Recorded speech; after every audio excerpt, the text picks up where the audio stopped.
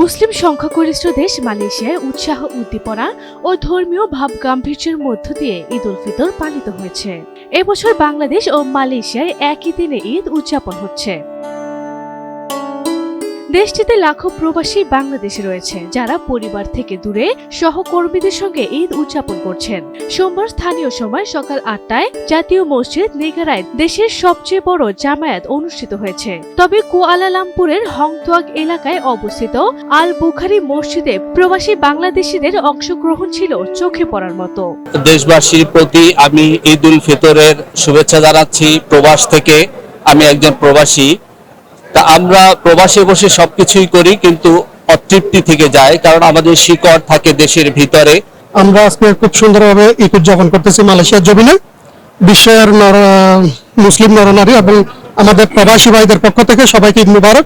ঈদ উল ফিতরের নামাজ আদায় করেছি মালয়েশিয়ার জমিনে, তথা আমরা মালয়েশিয়ান প্রবাসীদের পক্ষ থেকে, রেমিটেন্স যোদ্ধা সকলের পক্ষ থেকে বাংলাদেশ সকলকে জানাই পবিত্র ঈদ উল ফিতরের শুভেচ্ছা। ঈদ মোবারক, ঈদ মোবারক। এছাড়া ঈদের জামায়াতে মালয়েশিয়ানদের পাশাপাশি বাংলাদেশ, পাকিস্তান, ভারত, ইন্দোনেশিয়া সহ বিভিন্ন দেশের মুসলিমরা নামাজ আদায় করেন। দেশবাসী এবং আমরা প্রবাসে যারা আছি সবাইকে ঈদ মোবারক। সবাই সকল প্রবাসীদের জন্য দোয়া করবেন। আসসালামু আলাইকুম, ঈদ মোবারক। মালয়েশিয়া বিএমপি এবং যুব দলের পক্ষে থেকে, জিয়া পরিবারের পক্ষে থেকে প্রবাসে এবং বাংলাদেশে আমার বিশেষ করে বগুড়াবাসীকে সবাইকে জানাই ঈদ মোবারক। এই এলাকাটাই বাংলাদেশ, সবাই বাংলাদেশি, এখানে অন্য দেশি নাই, এখন সবাই দেশের কাম্পনে চলে গেছে। আমরা এখন যারা আছি ফরেনাররা এখানে। শুকুর আলহামদুলিল্লাহ যে আমরা আজকে ঈদের নামাজ সমস্ত মুসলিম ভাইদেরকে নিয়ে ঈদের নামাজ আদায় করছি। আল্লাহর কাছে আমরা শুকরিয়া আদায় করি।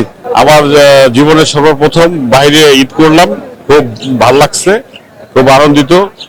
আমাদের প্রবাসী ভাইদের সঙ্গে ঈদ করে আমি অ্যাকচুয়ালি খুব হ্যাপি।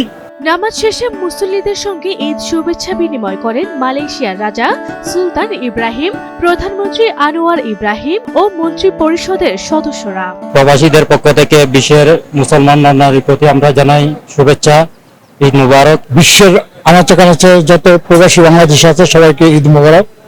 আমরা দীর্ঘদিন ধরে মালয়েশিয়াতে আছি।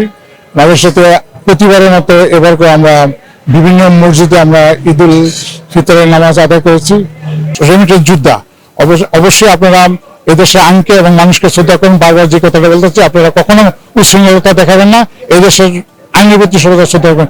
এ সময় মালয়েশিয়ায় নিযুক্ত বাংলাদেশের হাই কমিশনার মোহাম্মদ শামীম আহসান প্রবাসী বাংলাদেশি ও মালয়েশিয়ান নাগরিকদের সবাইকে ঈদ উল ফিতরের শুভেচ্ছা জানিয়েছেন।